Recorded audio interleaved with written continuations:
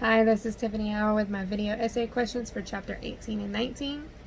The first one is discuss how the Frank Starling law of the heart helps to explain the influence of venous return on stroke volume. My response is Frank Starling law of the heart explains the relationship between preload and stroke volume. The preload is what the heart receives. The stroke volume is the volume of blood pumped out of one ventricle with each beat of the heart.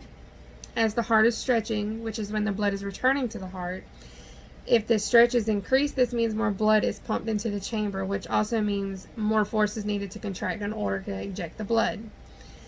Work rates are referring to the amount of effort that the heart has to work. So when there are lower work rates, that's when Frank Starling law is at its highest to increase stroke volume.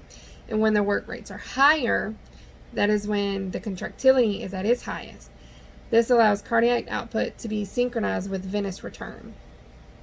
And the second question is explain the reasons for the observed changes in blood flow velocity in the different regions of the circulation. What is the benefit of the different velocities of blood flow?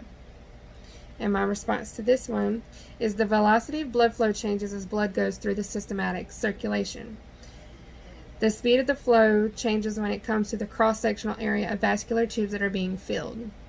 The larger the organ, the faster the blood flow, and the smaller the organ, the slower the blood flow.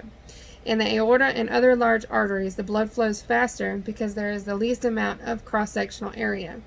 But in the capillaries, which has a larger portion of cross-sectional area, the blood is the slower, but once it passes through and is back into the veins, it gains speed again.